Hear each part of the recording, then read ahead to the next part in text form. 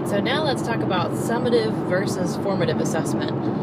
Summative assessment are the end of year, end of term types of assessment that usually determine something like promotion and retention, or AYP, or whatever school level accountability your state has in place. So those are the big ones.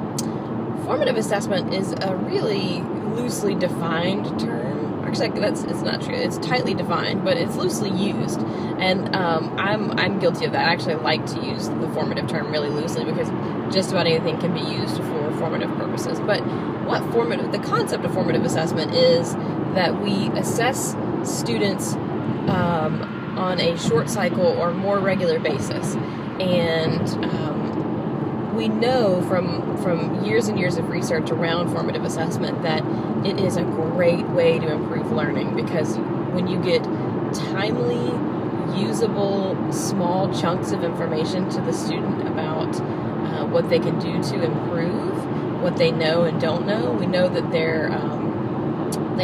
increase the ownership of their learning, and they also increase the rate of their learning because they're able to make adjustments on the fly. Whereas if you're waiting, till the end of the year or the end of the term to find out how you're doing, you don't have any way to adjust. So you waste, 6 weeks or, maybe even 6 months before you get any feedback on how you're doing. So we know that the more regularly, the faster and the more useful the information is, the better informed the student is and the teacher is on how to change instruction. So that's kind of the really, really basics of formative assessment and what it is.